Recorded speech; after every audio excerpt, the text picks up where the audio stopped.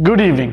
मैं हूं doctor Mohit Saraogi and I am the director of iris IVF centre at Saraogi hospital. And आज मैं हमारे व्यूअर से एक इंटरेस्टिंग टॉपिक के बारे में बात करने वाला हूं, जो कि है कि क्या हम वैसेक्टमी के बाद प्रेग्नेंट हो सकते हैं। नाउ जिनको नहीं पता वैसेक्टमी क्या है, ये इसके बारे में मैं आपको इलैबोरेट करूंगा। नाउ हम जब प्रेगनेंसी नहीं चाहते तो अलग अलग किस्म के कॉन्ट्रासेप्शन यूज़ किए जाते हैं। कुछ टेम्पररी कॉन्ट्रासेप्शन होते हैं जैसे निरोध या कॉन्डम, एंड कुछ होते हैं परमानेंट मेथड्स ऑफ कॉन्ट्रासेप्शन जो कि सर्जिकल मेथड्स ऑफ कॉन्ट्रासेप्शन होते हैं। नाउ इंडिया में अक्सर माइंडसेट रहता है कि भाई अगर परमानेंटली प्रेगनेंसी ना हुए इसके लिए ऑपरेशन कराना है तो ये नॉर्मली लेडी ही कराती है और इसको नसबंदी बोला जाता है। ना हर लेडी में होते हैं 2 ट्यूब्स या फैलोपियन ट्यूब्स, एंड अगर हमने ये ट्यूब को ब्लॉक कर दिया तो वो रास्ता जहाँ पे अंडे और स्पर्म मिलते हैं वो ब्लॉक हो जाता है। अगर अंडे और स्पर्म मिलेंगे ही नहीं तो प्रेगनेंसी होता नहीं है। बट दुनिया भर में ये ट्रेंड नहीं है।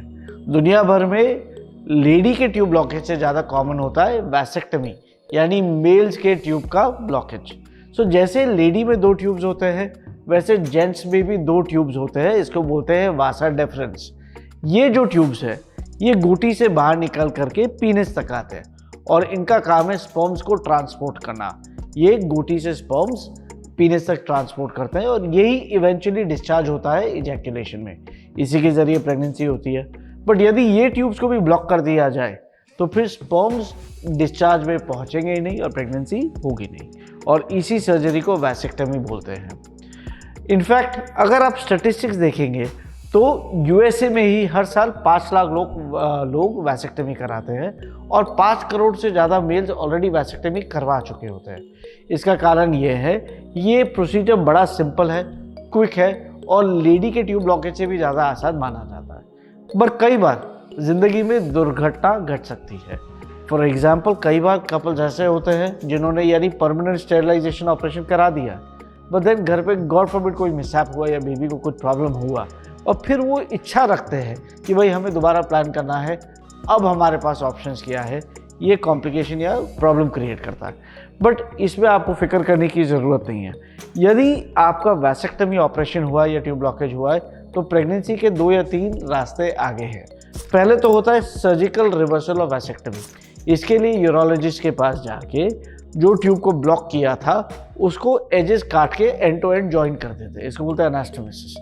और अगर ये किया तो वो पैसेज फिर से खुल जाता है, स्पर्म्स फिर से डिस्चार्ज में आ जाते हैं और अपन नेचुरली प्रेगनेंसी के लिए ट्राई कर सकते हैं। बट इससे ज़्यादा इफेक्टिव कई बार होता है डायरेक्टली ऑप्टिंग फॉर IVF या टेस्ट ट्यूब बेबी ट्रीटमेंट। ना यहाँ पे क्योंकि ट्यूब्स ब्लॉक्ड है तो बाकी का IVF प्रोसेस तो सेम होता है। लेडी को इंजेक्शन देते हैं, उनके अंडे बढ़ाते हैं, बेहोश करते हैं, अंडा निकालते हैं। बट जिस दिन लेडी का अंडा निकालते हैं बाजू के ऑपरेशन थिएटर में एक और ऑपरेशन होता है जिसको बोलते हैं टीसा या टेस्टिकुलर स्पर्म एस्पिरेशन। इसमें जो हस्बैंड या मेल पार्टनर है उसको भी एडमिट करके बेहोश किया जाता है। फिर बेहोशी में टेस्टिकल में सुई डाल के हम वहाँ से स्पर्म निकालते हैं। आपको इस बात पे गौर करना है कि इस प्रोसीजर में सिर्फ हमने ट्यूब्स ब्लॉक की है वैसेक्टमी में। गुटी के अंदर स्पर्म प्रोडक्शन इंटैक्ट है, गुटी के अंदर काफ़ी सारे स्पर्म्स रहते हैं और अगर हम फैक्ट्री के अंदर डायरेक्टली नीडल डालें तो वहाँ से भरपूर स्पर्म्स मिल जाते हैं और ये स्पर्म्स लेके हम बेबी लैब में क्रिएट कर सकते हैं जो कि अपना खुद का बायोलॉजिकल चाइल्ड होता है, क्योंकि स्पर्म भी अपना एग भी अपना।